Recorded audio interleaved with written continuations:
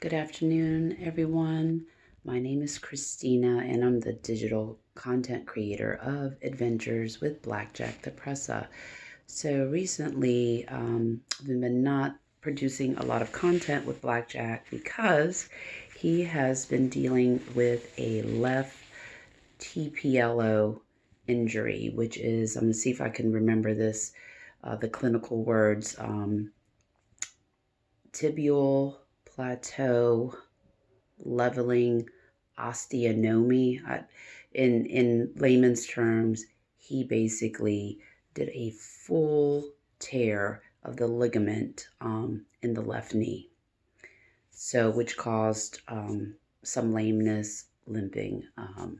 And this has been like a 6 month ordeal of getting him diagnosed and getting referred to a special orthopedic surgeon. So he recently had his surgery 2 days ago. It's a big surgery.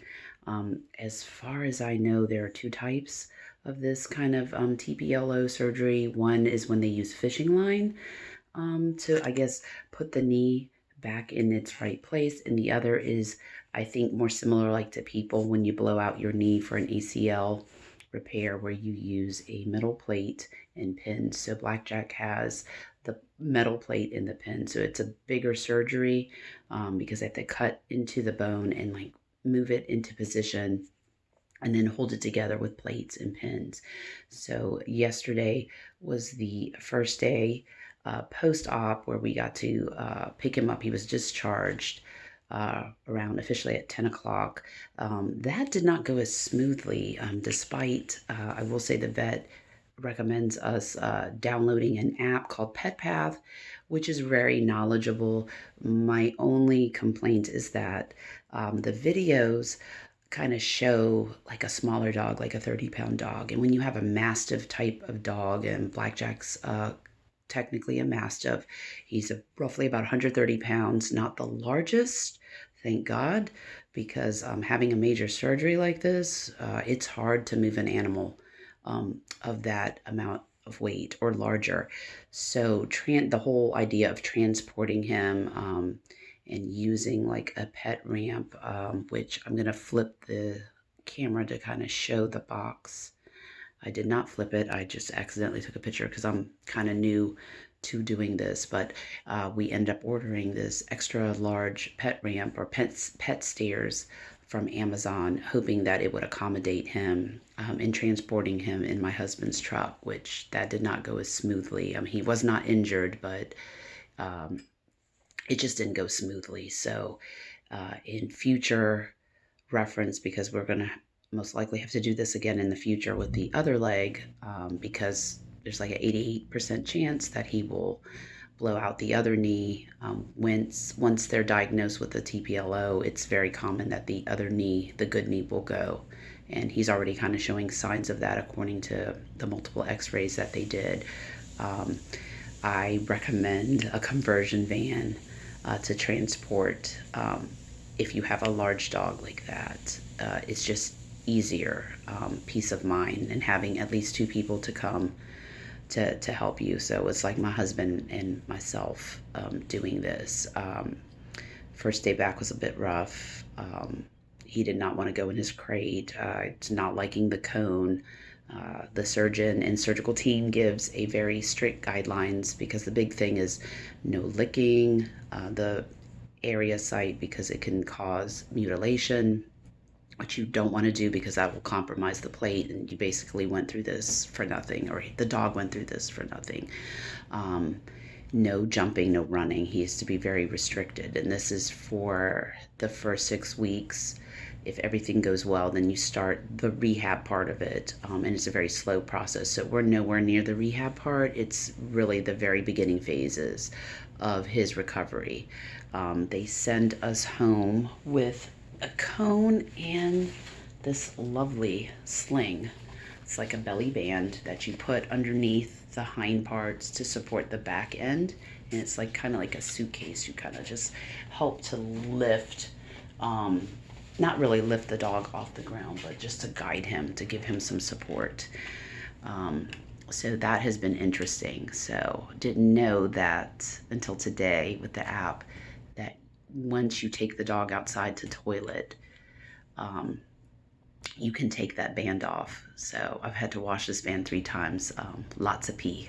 So that's just word to the wise if anybody ever has to go through this. And they do have special slings that will accommodate a male dog in his parts, so that doesn't happen. But that doesn't look very easy and to use. That looks like a two-person job too, to kind of put it on your dog, and depending how calm your dog is and how cooperative, don't know how feasible, but we did order one. It should be on its way. And the other struggle was the cone, the plastic e-collar, or the cone of shame, and making sure I don't knock my water down. My husband ended up buying this, the inflatable tube. I would not use this in the crate with him, but like when he's out. But we haven't tried it yet. The concern is, again, Blackjack is a Presa Canario. He's a Mastiff, and he's got a very large head, just big, glorious pumpkin head and massive neck. So because yesterday was a bit stressful for all of us, we did not try this. Maybe today, if he's calm, kind of deflate it a little bit and see if that can work. We've been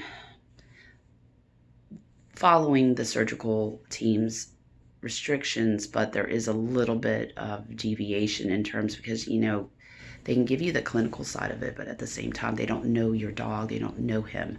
And you're trying to keep your dog as calm and comfortable as possible. So we do have a section. He has his kennel, but we also have, like, the living room is his recovery area, and he's on leash.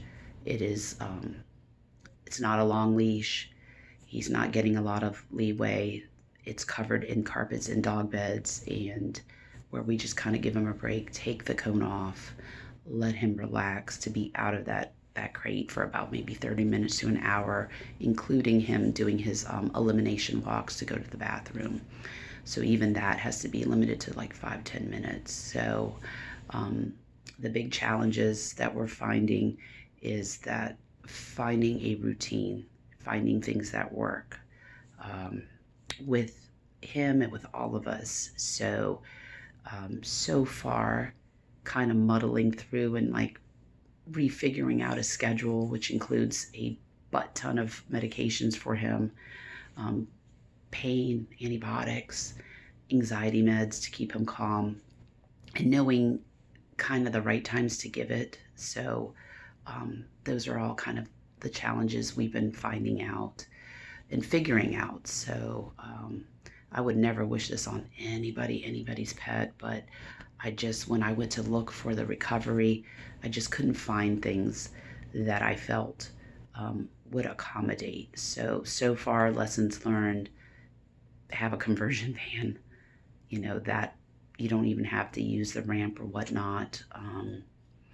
And you're gonna have to figure out like sling to support, or like what method of a e-collar or cone that keeps your pet from mutilating his site, his surgical site.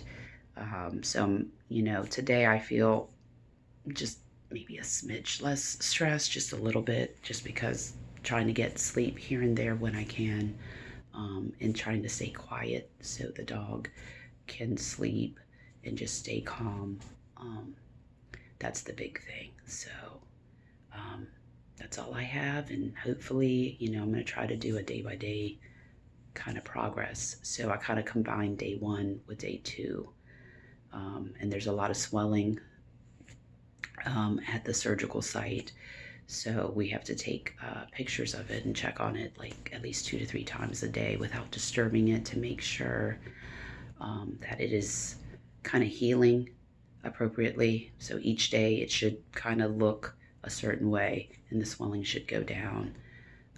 But that's all, and hopefully we all make it out successfully, because I would hate for him to have gone through this and it was all for nothing. So again, just trying to stay positive. It's only day 2, So it's early on. So hoping each day gets a little bit better, a little bit easier for him, for us. And I will talk to you guys later. Bye.